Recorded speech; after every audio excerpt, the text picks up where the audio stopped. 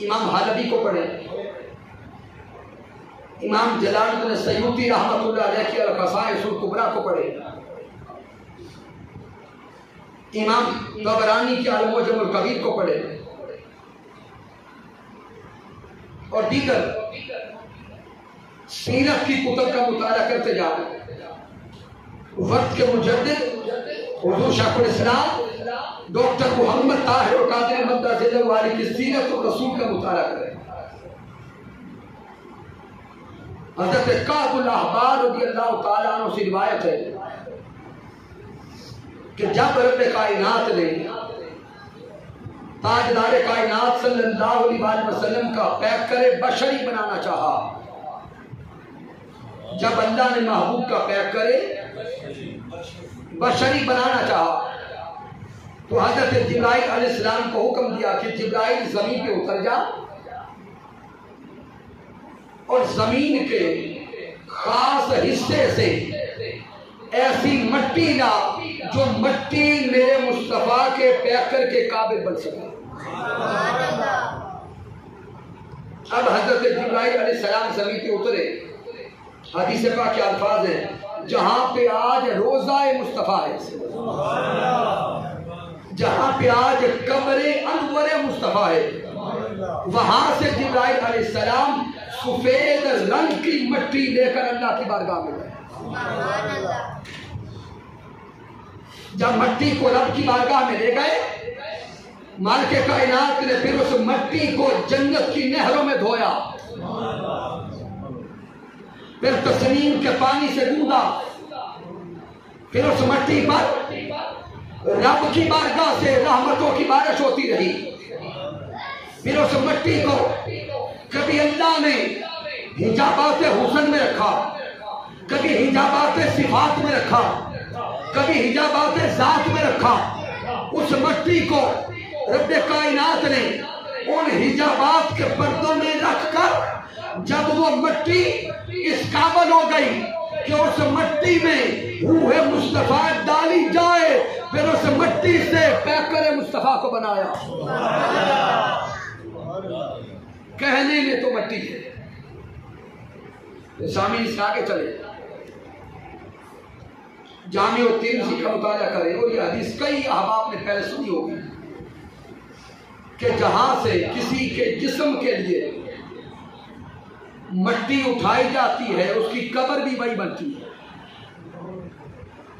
جہاں سے کسی کے پیکر کا خمیر لیا جاتا ہے اس کی قبر بھی وہی بنتی ہے۔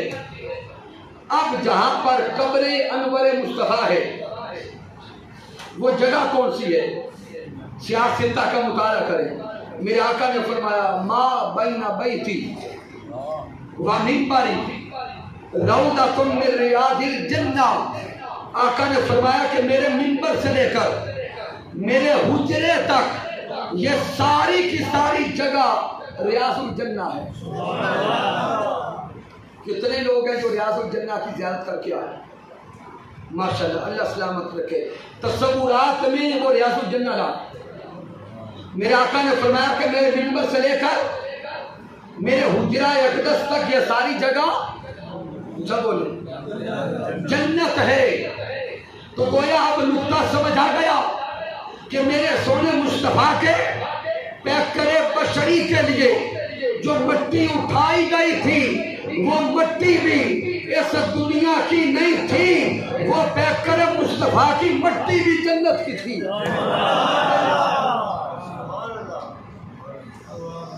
وہ مٹی بھی جنت کی تھی۔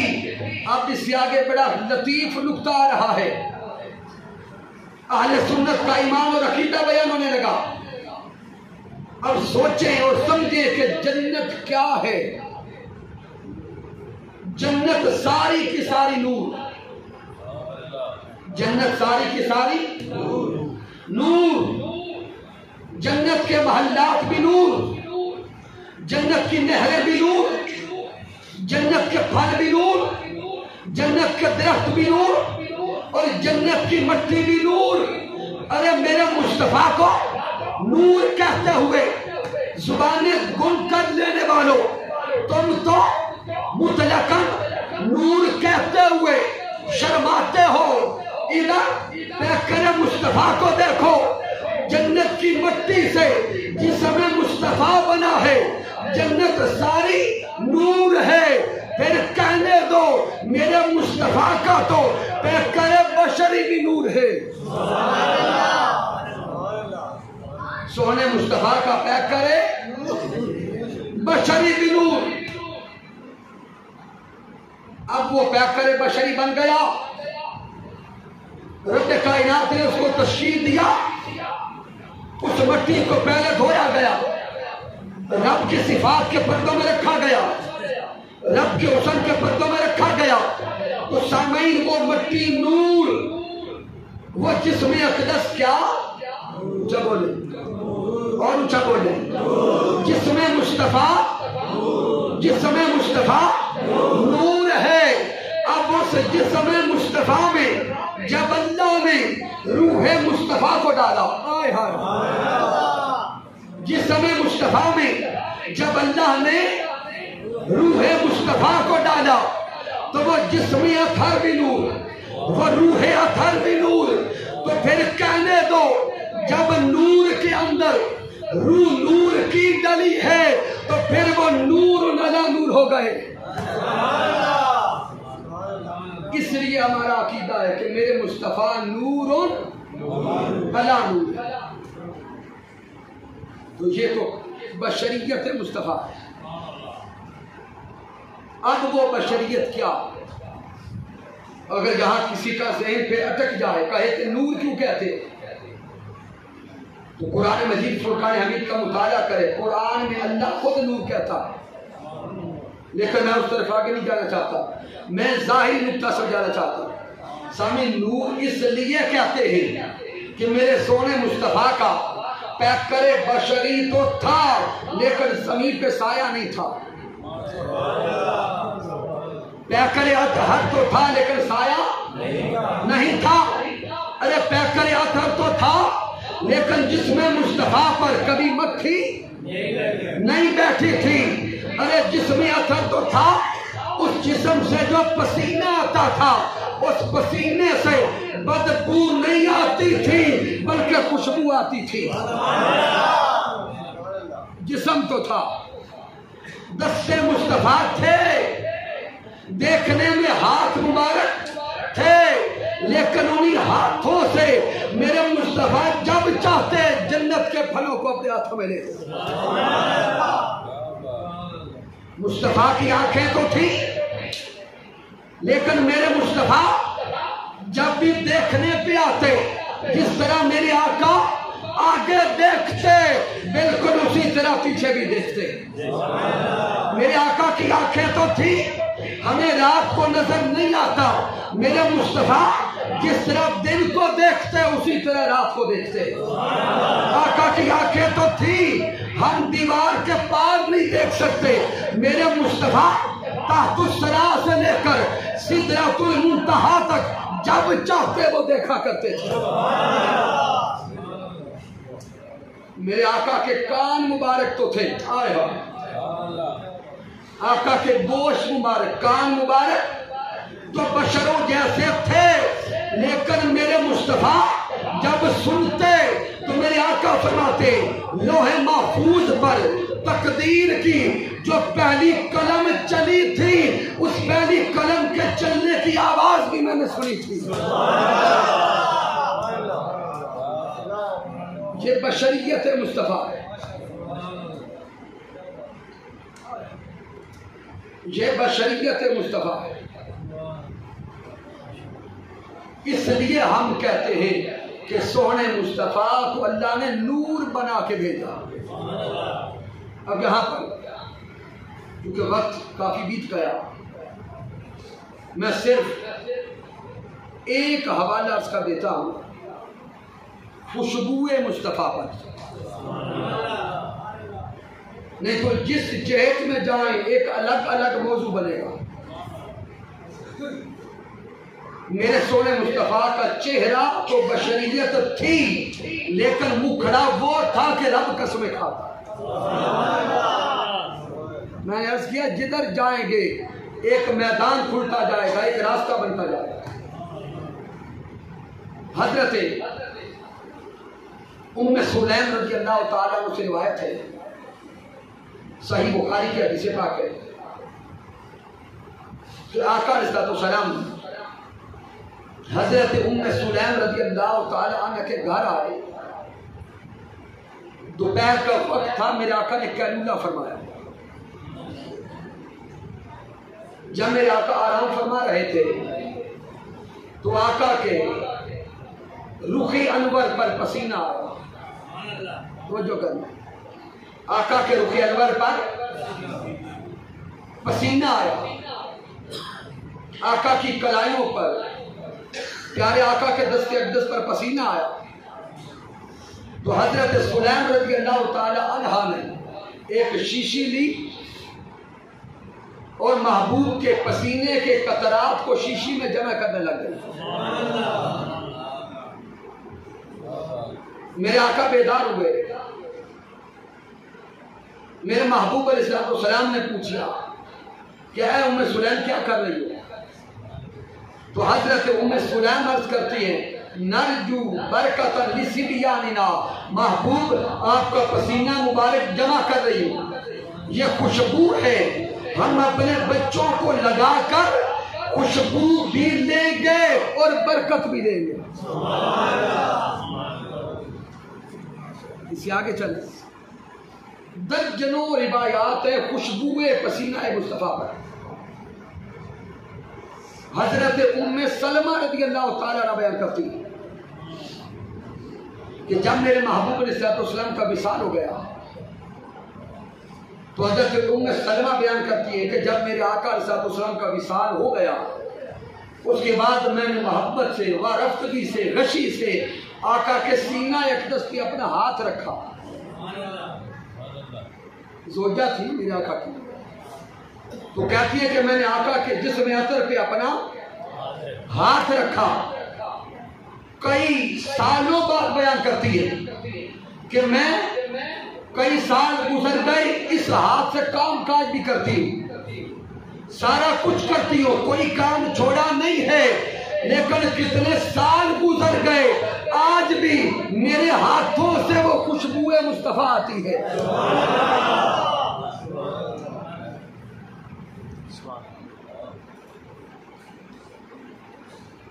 پھر شامل آپ اگر حدیث کی کتب کا مطالعہ کریں، بلکہ آپ نیٹ پہ گوگل پہ لکھ لیں، ایک ٹائٹل لکھیں کہ خوشبو والوں کا گھر،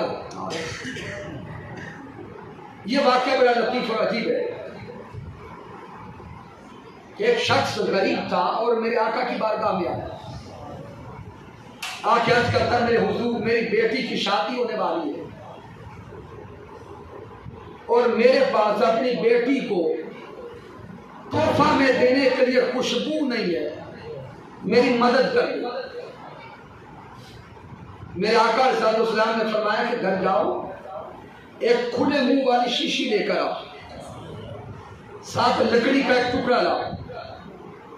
وہ سیادی گئے اور ایک شیشی لاؤ، میرے آقا نے وہ شیشی لے کر اور لکڑی کا ٹکڑا لے کر اپنی کلائی مبارک سے پسینے کے قطرات کو شیشی میں جمع کر دیا اور اپنے پسینہ اقدس کو جمع فرما کر اس صحابی کو دیا، فرمایا کہ یہ بیٹی کو تحفہ میں خوشبو دینا۔ چند دنوں بعد بارات تھی، شادی کا دن تھا، دلہن کو وہ خوشبو وہ پسینہ مصطفیٰ دے دیا گیا۔ اب جب دلہن بیاہ کر اگلے علاقے میں گئی، نئی جگہ پر گئی، اس دلہن نے جب خود کو تیار کرنے کے لیے، سجانے اور سنوارنے کے لیے وہ خوشبو لگانا چاہی، ابھی شیشی سے ڈھکنا اتارنے کی دیر تھی کہ پورا محلہ خوشبو سے مہک اٹھا۔ پورے محلے میں خوشبوئیں پھیل گئی، محلے میں شور مچ گیا کہ ہمارے محلے میں یہ خوشبو کہاں سے آئی، یہ خوشبو کہاں سے آئی۔ پتا کرتے کرتے پتا چلا کہ یہ خوشبو تو فلاں بیٹی بیاہ کی آئی ہے، اس کے گھر ہے۔ اب اس محلے کے جو بڑے امیر لوگ تھے وہ جمع ہو کے سوچتے ہیں کہ گھر تو غریبوں کا ہے لیکن خوشبو ایسی ہے جیسی ہم کبھی لاکھوں میں بھی نہیں خرید کر لائے۔ اب سارے گئے اس دروازے پر، جا کے کہتے ہیں کہ یہ خوشبو کہاں سے لائے ہیں؟ ہم مہنگی خوشبو استعمال کرنے والے لوگ ہیں لیکن ایسی خوشبو ہمیں دنیا جہان سے نہیں ملی، دنیا جہان سے نہیں ملی۔ تو آنے والوں کو بتایا گیا کہ یہ خوشبو اس دنیا جہان کی نہیں ہے، یہ خوشبو پسینہ مصطفیٰ کی ہے۔ آئے سامنے آگے وہ روایت پڑھتے جاؤ۔ اب وہ بیٹی اپنے آپ کو سجانے سنوارنے کے لیے خوشبو لگایا کرتی، رب کائنات نے آگے اس بیٹی کو اولاد دی۔ جب اس بیٹی کے ہاں اولاد ہوئی تو جو بیٹا پیدا ہوا اس میں قدرتی طور پہ اللہ نے وہ خوشبو رکھ کے بھیجی۔ اس خوشبو کا رنگ کئی نسلوں تک چلا اور پورے علاقے میں مشہور ہو گیا خوشبو والوں کا گھر۔ سامعین محترم، نکتہ یہ سمجھا رہا ہوں، میرے آقا کی ظاہری بشریت تو تھی، ظاہری بشریت تو تھی لیکن وہ ہم جیسی نہیں تھی۔ اور آخری جو عقیدہ کا جملہ اس کرنے لگا، سامعین محترم، ہم آقا کو بشر مانتے ہیں، آقا کو بشر بولے مانتے ہیں، ہمارا عقیدہ ہے کہ آقا بشر ہے لیکن ہم جیسے بشر نہیں اور ہم آقا جیسے بشر نہیں۔ جو بشریت کا انکار کرے وہ کافر ہے، جو بشریت کا انکار کرے وہ کافر ہے، اور جو کلمہ پڑھ کر بشر بشر کی رٹ لگائے وہ منافق ہے۔ جو بشریت کا انکار کرے وہ کیا بولے کافر ہے، لیکن کلمہ پڑھ کر جو ہر وقت بشر بشر پہ اصرار کرتا رہے، بشر بشر کی رٹ لگاتا رہے، خود کو نبی جیسا، معاذ اللہ نبی کو اپنے جیسا یہ جملے کہتا رہے، وہ منافق ہے۔ ایمان والا کون؟ جو بس بشریت پہ اقرار تو کرے لیکن اصرار نہ کرے، جو بشریت کا اقرار تو کرے لیکن اصرار نہ کرے، وہ مومن ہے۔ اور آخری جملہ دے رہا ہوں، اگر کوئی کہے کہ یہ نتیجہ کہاں سے اخذ کیا تو سامنے جان لیں کہ صحابہ کرام نے ساری زندگی آقا کی بشریت کا صرف اقرار کیا ہے۔ جمیع صحابہ نے ساری زندگی آقا کی بشریت کا فقط بولے اقرار کیا ہے، لیکن کسی صحابی نے بھی دن رات بشر بشر کی رٹ نہیں لگائی ہے۔ قرآن مجید اٹھا کے دیکھیں، آقا کی بشریت کی رٹ یا تو کفار نے لگائی یا منافقین نے لگائی۔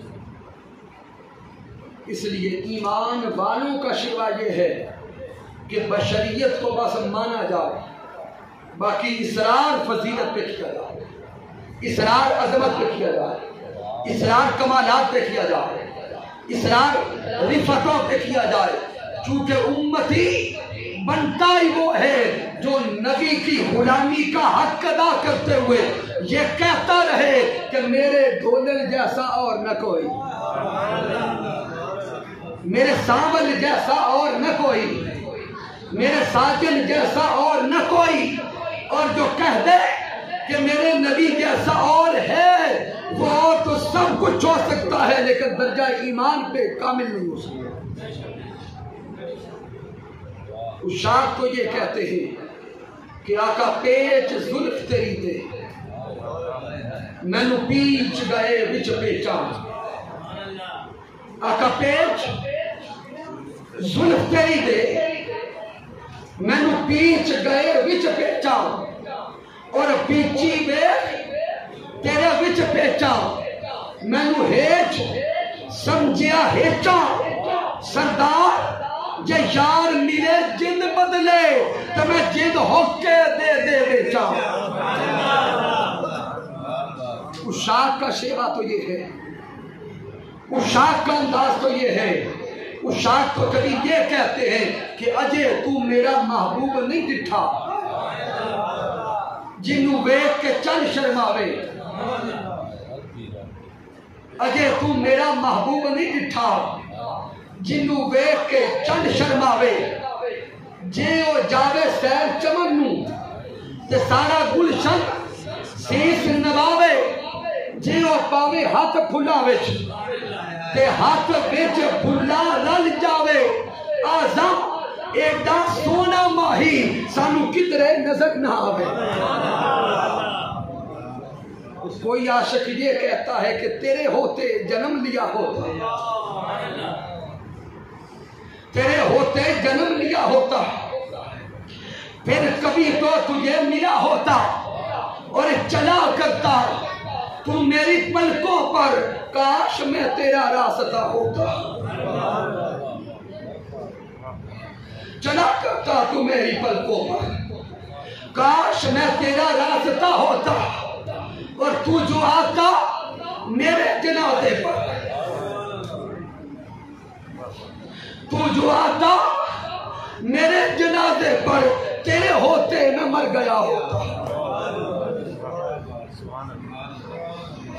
تیرے ہوتے میں مر گیا ہوتا، تیرے ہوتے میں مر گیا ہوتا، اور ہوتا طاہر تیرے فقیروں میں، اور ہوتا طاہر تیرے فقیروں میں، تیری دہلیز پر کھڑا ہوتا، تیری دہلیز پر کھڑا ہوتا۔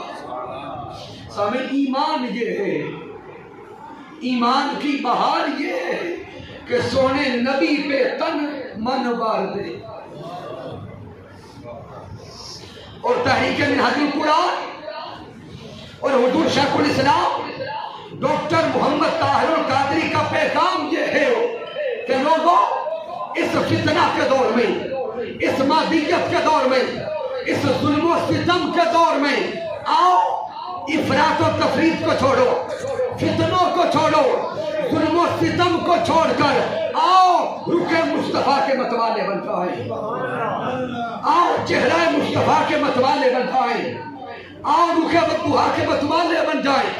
وہ چہرہ مصطفیٰ، وہ رخ مصطفیٰ، وہ رخ بدوہا جس کی قسمیں رب کھاتا ہے، آؤ اس چہرہ اقدس پہ اپنے آپ کو بار دیں۔ وہ چہرہ مصطفیٰ جس کی قسمیں مولا کھاتا ہے، آؤ اپنی جان کو چہرہ مصطفیٰ پہ باریں، اپنی ذات کو چہرہ مصطفیٰ پہ باریں، اپنے نسب کو چہرہ مصطفیٰ پہ باریں، اپنے حسب کو چہرہ مصطفیٰ پہ باریں، اپنی ذات کو چہرہ مصطفیٰ پہ وار کر عاشقوں دن رات میلاد مناتے جایا کرو، سیرت مصطفیٰ کو اپناتے جایا کرو۔ یہ پیغام ہے تحریک منہاج القرآن کا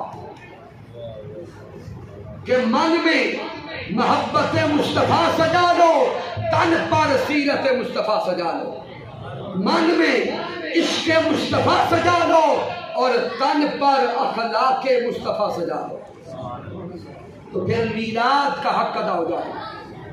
میں بار دیگر مبارکباد پیش کرتا ہوں اس مسجد کی انتظامیہ کے احباب کو، آپ تشریف لانے والے عشاقان مصطفیٰ صلی اللہ علیہ وآلہ وسلم کو، اور رب کائنات کی بارگاہ میں دعا کرتے ہیں کہ مالک کائنات اس عاجزانہ سی حقیرانہ سی حاضری کو اپنی بارگاہ تصویر کرے